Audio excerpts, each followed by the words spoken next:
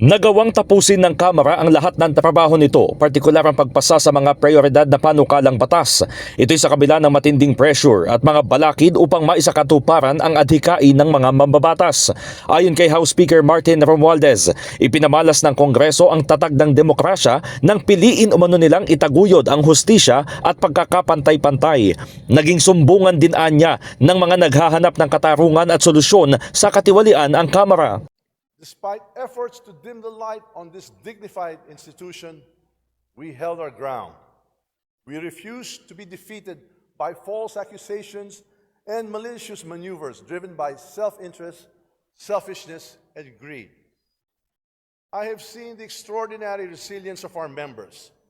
Despite the pressures of legislation and the complexities of the issues that we face and the often painful decisions we must make, these efforts are not just about uncovering wrongdoing, they are about restoring faith in our institutions and proving that this House of the People stands firmly on the side of transparency, accountability, and justice. The Quadcom, for its part, remained unwavering in its investigations. Thanks to the valiant efforts of its members, the Quadcom investigation revealed the apparent temerity and disrespect of those who propagate serious and illegal activities involving pogos, illegal drugs, smuggling, irregularities in the Philippine visa processing, corruption, and accountability.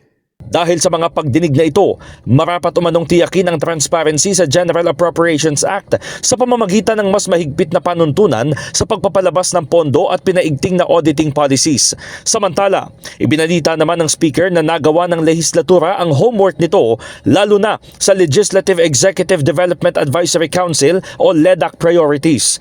On our legislative duties, we have approved 60 out of the 64 common legislative CLA measures, demonstrating our resolve to deliver on our promises.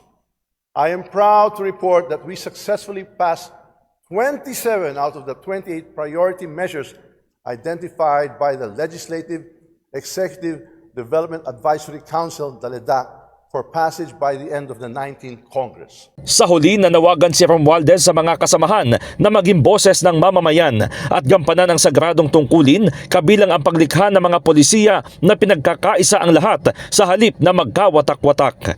In the heart of changing lives, ito si Brigada Haji Caaminio ng 105.1 Brigada News FM Manila, The Music and News Authority.